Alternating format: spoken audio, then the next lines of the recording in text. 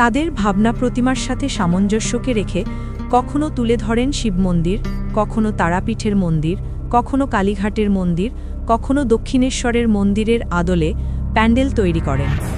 Shibrampur 5 star club শুধু পুজো করেন তা নয়, তাহারা ছোট ছোট ছেলেমেয়েদের এমনকি বিভিন্ন এলাকার প্রতিবাদের সুযোগ করে দিতে বিভিন্ন অনুষ্ঠানের আয়োজন করে থাকেন।